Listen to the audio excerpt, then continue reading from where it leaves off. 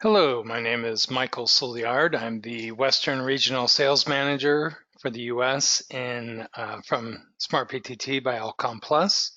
Today I will be talking about how SmartPTT can benefit K through 12 schools.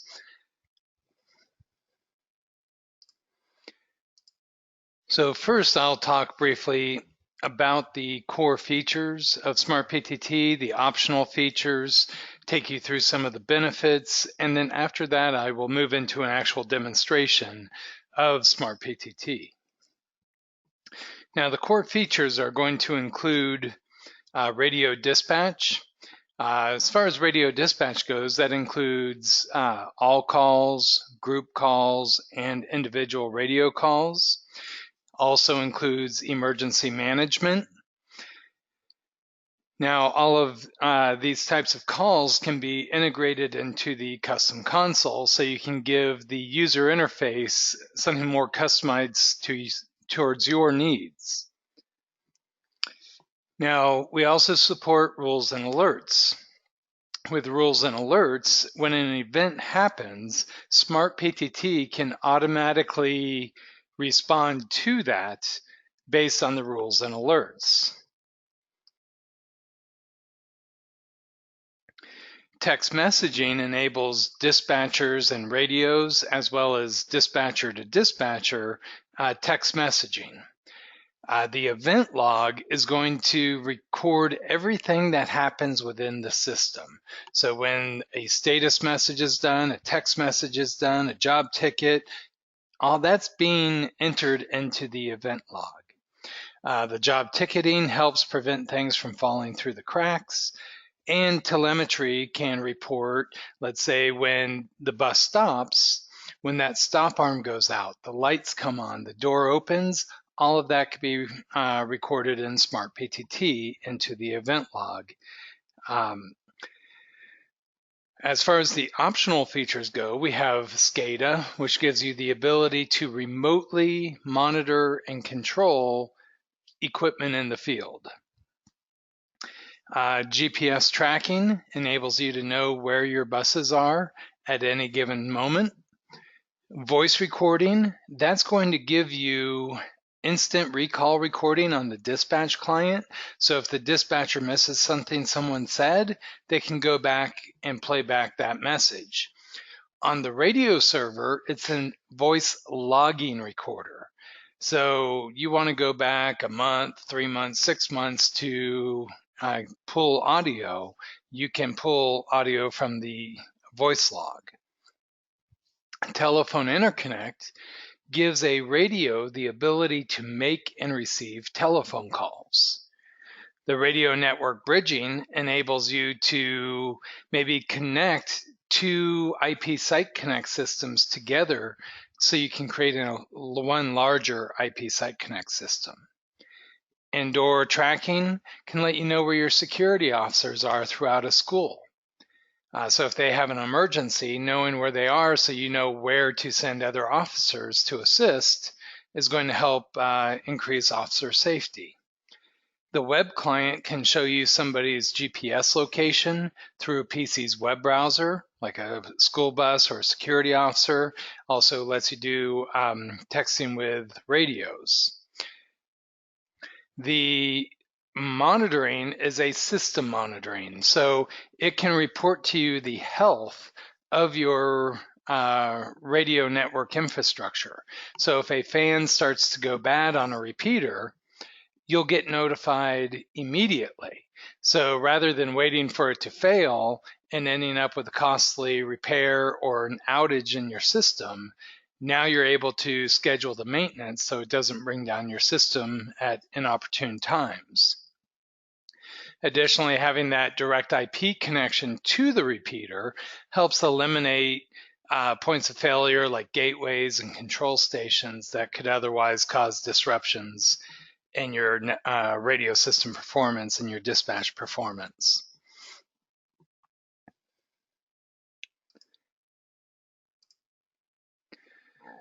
So why do schools need SmartPTT? First would be student and employee safety. having the emergency and man down features in the radios, making sure students are dropped off at only authorized locations. Efficient communications. Drivers can request to talk to the dispatcher. So when the dispatcher is ready to talk to them, they can do so efficiently. Or using a mass notification, using all call to let everyone know about like a lockdown. Employee accountability. Make sure that the buses are following proper routes, doing stops only at authorized stops. Cost savings, ensure bus drivers take predetermined efficient routes, and it could also report on excessive idling. And then interoperability, if there's ever a situation on campus and the police come on site or the sheriff, you can actually interoperate your MOTOTRBO radio system to a public safety P25 system.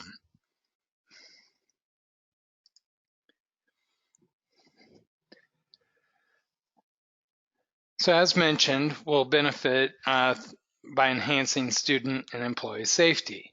So for example, if an employee has an emergency, the orange button or the man down can be used to indicate back to the dispatcher that that employee is in distress. Additionally, using indoor or outdoor location positioning, the dispatcher will immediately know where you're located so they don't waste time trying to figure that out. Additionally, students should only be dropped off at authorized stops. Using the telemetry, like when the door opens, you could be notified so you could see, well, that opened at a non-authorized stop.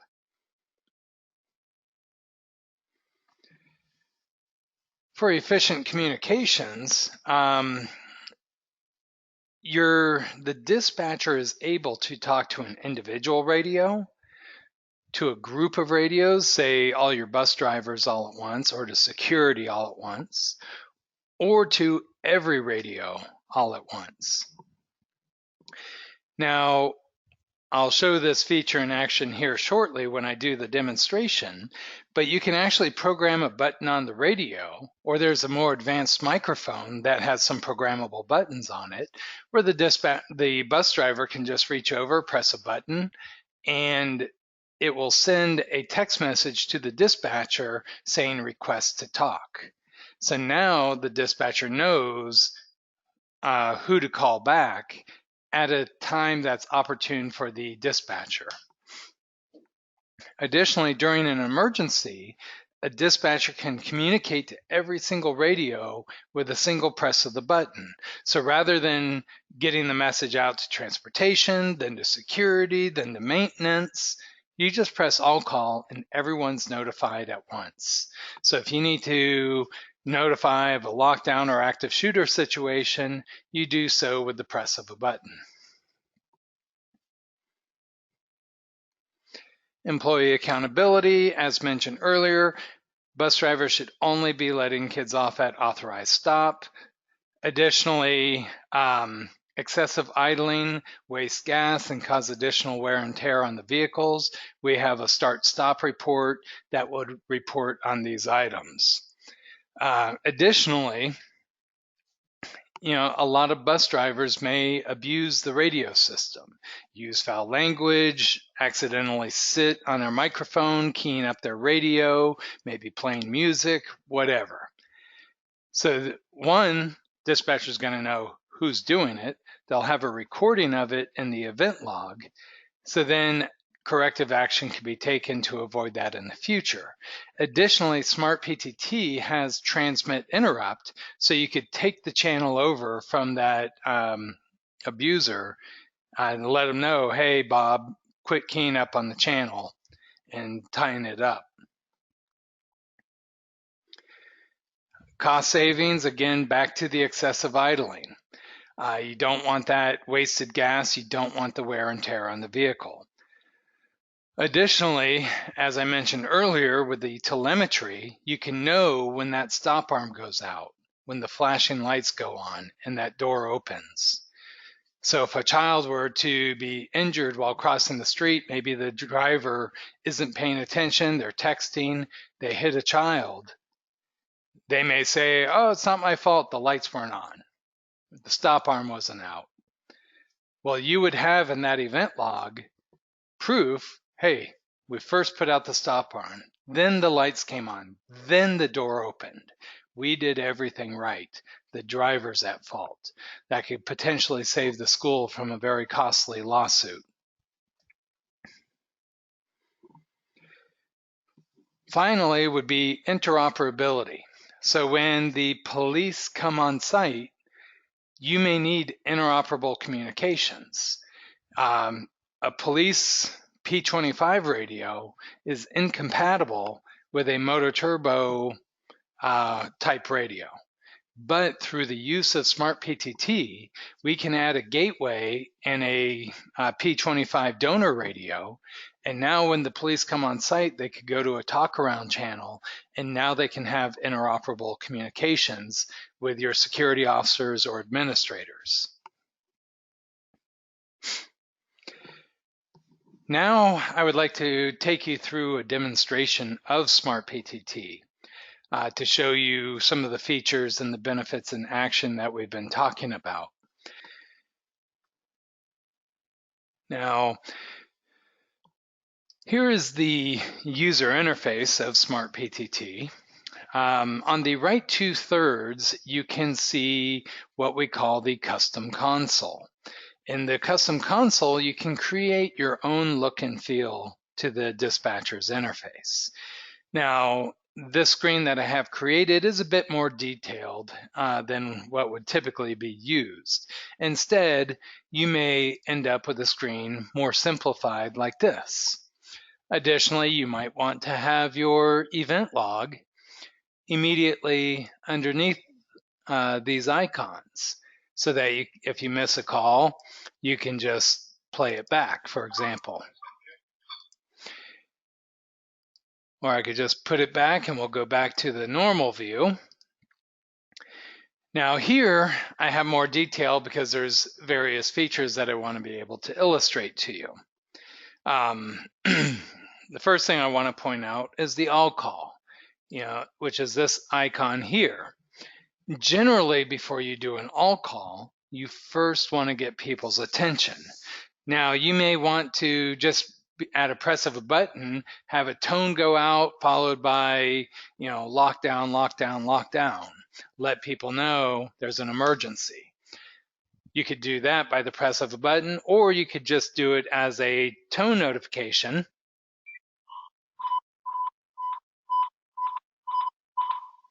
Followed by, here is my important message to send to everybody. So that is an all call. Doesn't matter if you're on the security talk group, the transportation talk group, maintenance and operations.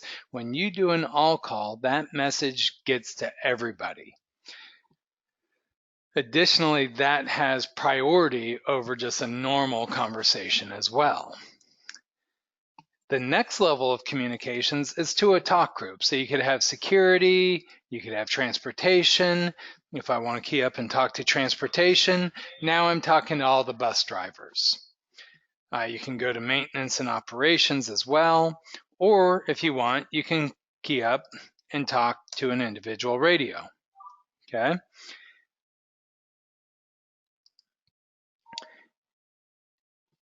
Generally, you're not going to have individual radio icons on your custom console. I just do it to show the ability. Instead, you might want to just have a dial keypad. Here I can enter 170, up pops Ray. Or I can go to this icon at the bottom right, and it switches it from a dial keypad to an alphanumeric list. At which point I can choose Michael and maybe call Michael. Another thing you'll notice here is it says Michael Souliard on this icon, and it's green. Well, Sam's icon, Anna's and Ray's, they're all gray. That's because my radio is turned on, everyone else's radio's turned off.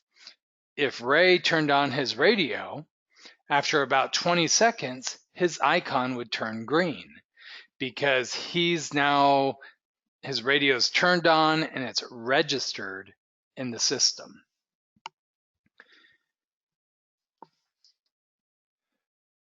Now, before I get into some of the individual radio functions, there's a few more things I want to show you. We mentioned about interoperability. If you look at this yellow icon, this is my cross-patching. If I click on that, I can select a predetermined or pre-programmed cross-patch. So if I need to initiate that on the fly, it's already created, I just select it and enable it. Or I can go in and create a new one. But this is going to create essentially a conference call between whomever I put into that cross-patch. So if I create one between security and police, when somebody on security keys up their radio, everyone on security will hear it, dispatch will hear it, and the police radios will also hear it. Likewise, if the police respond to that call and key up, everyone on that police channel will hear, dispatch will hear, and the security talk group will hear. It's a conference call. This next icon is a multi-select. And here I can say, let's do security, and let's do Michael as well. Now, a multi-select is just dispatch out. So if I transmit to security and police will both hear me, but if security responds to a multi-select, only security and dispatch will hear, police will not hear. Now you'll also notice these double arrows throughout the theme of the user interface. That means there's additional options available. In the case of a talk group, it's rather limited. I could do a text message, I could do audio controls. In the case of an individual radio, you can see there's a lot more functionality available.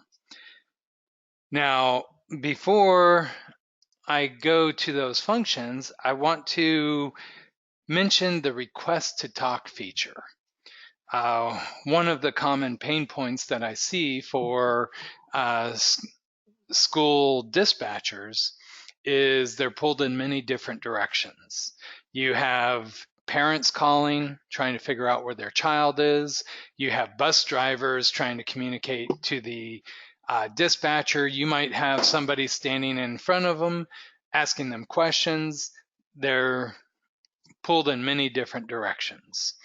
So one of the things SmartPTT can do to help is we can help make it more orderly. So we can program a button on the front panel of the radio, or there's a microphone that has some programmable buttons. You just reach over to the microphone, press that button, and it sends a text message to the dispatcher. If you look on the right in this incoming events, you see it says Michael Souliard requests to talk, or RTT. So now the dispatcher knows Michael wants to talk. So maybe the dispatcher is on the phone with somebody, they can't talk. Okay, a minute later, it's all done. Well, they can come to this entry, double click, and it pulls up this call window. Now, in that call window, I could just click on this PTT and say, hey, Michael, this is dispatch, what did you need? Or better yet, you can get their attention. So we have this call alert icon that when I press it, rings the radio as if it were a telephone. So it gets the driver's attention, letting them know dispatch is ready to talk to them.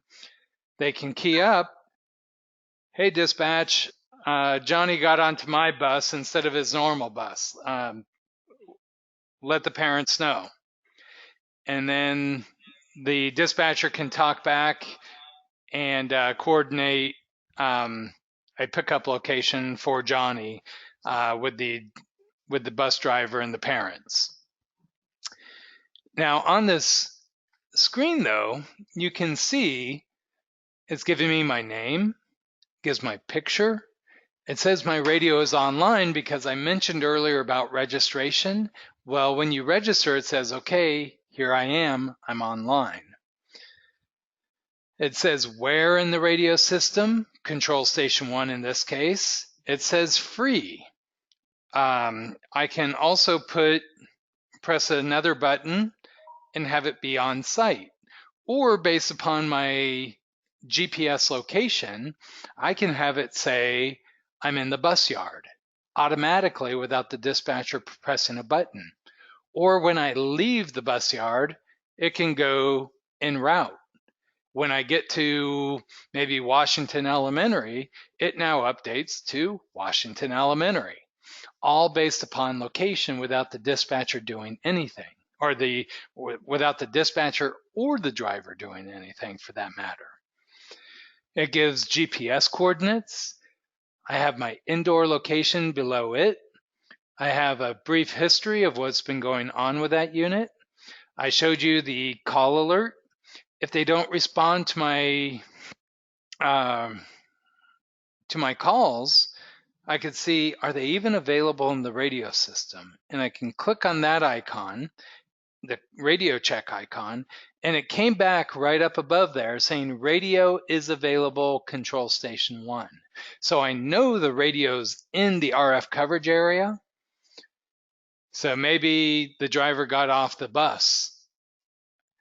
Or if it came back in red saying the radio is unavailable, well, maybe that driver drove outside of the RF coverage range. Now, before I talk about this next icon, the remote monitoring icon with the headset, I want to talk a little bit about emergency. So you can add like a foot switch to a bus, and when they press that foot switch, it activates an emergency in the radio. For like your security officers, they could use the orange button on top of the radio, or the security can also use man down. So if that radio tilts too far for too long, or is completely motionless for too long, it's going to let the dispatch, well, one, it's first going to notify that user, hey, write the radio or start moving, or I'm going to send the emergency. If after X number of seconds it doesn't get corrected, the radio is going to automatically press the orange button.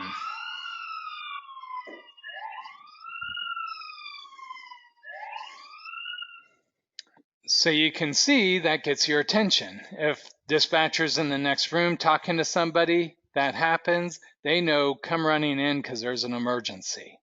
They know immediately who's in trouble. It tells you there down at the bottom, Michael Souliard's in trouble. It also brought up my location. In this case, it's my indoor location, but it could also just be your GPS location. So now I know who's in trouble and where are they at, but I still need to know what's the issue. Okay, so you can program the radio that when the driver hits that foot pedal or presses and hold it, however you program it, that program that radio to go into a hot mic condition. So that radio is keying up automatically just because they press that emergency button. Now you know you're able to listen in on the background. Do you hear fighting on the bus? Or maybe the driver's yelling, hey, child's choking, I need an ambulance. You now are able to gain better awareness as to what the emergency is and how to respond. You don't want to wait 5 minutes getting there to find out you need an ambulance or you need the police. You want to know right now. SmartPTT and MOTOTRBO help you gain that awareness so you can respond more appropriately and more quickly. I mentioned about the hot mic being able to be automatically done in the radio. You can also manually trigger that here in SmartPTT. So when I click on this little headset icon, you're going to see this PTT button go green, and you'll see it go green up here because my radio is then transmitting. So let me press that icon, and now you can see my PTT button is green because it's receiving, and you're seeing sound on the sound bar. So I could tell dispatcher, help, I've fallen and I can't get up, or whatever the case may be. Now, if a radio is ever compromised, maybe there's a situation at the school, maybe a classroom's taken hostage, and there's a radio in that room. You don't want the hostage taker being able to listen in on communications relative to responding to that situation. So at that point, I can kill that radio. I can block it. So now the radio does not receive audio. The user, they cannot key up on the radio, but the dispatcher can still eavesdrop on the background of that radio. The dispatcher can still see its location even when it's blocked. Now later, if you need to unblock that radio for any reason, you just simply come here and click on the unblock radio. Now let me go ahead and clear the emergency that we triggered earlier by pressing the exit emergency mode. And we return to normal operation. Next item to show is a deferred action. If you need to get somebody a message who doesn't come on shift for a couple more hours, well, at that point, I can click on this deferred action. I'll say, report to the principal's office when you get on shift. And I'll also do it as a text message. Report to the principal's office. Now, my radio is already turned on and registered. So as soon as I hit save, the voice message is going to go out. But otherwise, if they didn't turn on if they weren't on, when they turn on their radio in a couple of hours and it registers in the system, at that point, SmartPTT looks, okay, Michael just registered. Oh, hey, I've got a deferred action for you. Here's your messages. So I'm going to hit save, and that voice will immediately be transmitted. Report to the principal's office when you get on shift. So there's your voice message, and when the blue goes away, the text message will go. So I can hit OK, and I see report to the principal's office, and then I can hit OK again to reply, and I can just go OK and send, and now it goes back to the dispatcher saying OK. I can also manually trigger a text message from this text box at the bottom. Here I'll just put in test and send that out. And there it goes. So the next functions here are related to location. So here I can tell it find on map. So if I don't have that unit centered, I can tell it find on map. And it brings me up with my last known location. And you can just see it jumped a little bit there because it just updated it. So when I do that, it says bring you up front and center and request their current coordinates. I could tell it to remove it from the map. I could tell it to show me an address instead of just GPS coordinates. You can see there's this reddish pinkish area on the map. That is a geofence. So maybe this is the bus yard. And when they're in the bus yard, I can update the status to show in yard. When they leave, I can change their status to en route and so forth, all based upon the rules and events, or rules and alerts, I should say. You could see if I hover my mouse, it says home. If I hover it here, it says guard shack. Here, it says northwest fence. So if I run a start-stop report later, instead of just showing me GPS coordinates or an address, it can show a point of interest. So now I understand, oh, that's stop 1, that's stop 2, that's Washington Elementary. That's why they were there for 20 minutes and only at that place for a minute. I can run a track animation to see where that radio has been over the course of a day. So rather than shadowing a driver to check on their efficiency, I can just run a start-stop report, or I believe it's called a radio movement report, to see their location throughout the course of the day. I can also tell it to find on an indoor map. So here you can have indoor locations as well. Recently, there was a school where they had one of their maintenance techs was electrocuted, and no one knew immediately that he was in distress. But they also had no idea where he was located. Working indoors, so GPS wouldn't work either.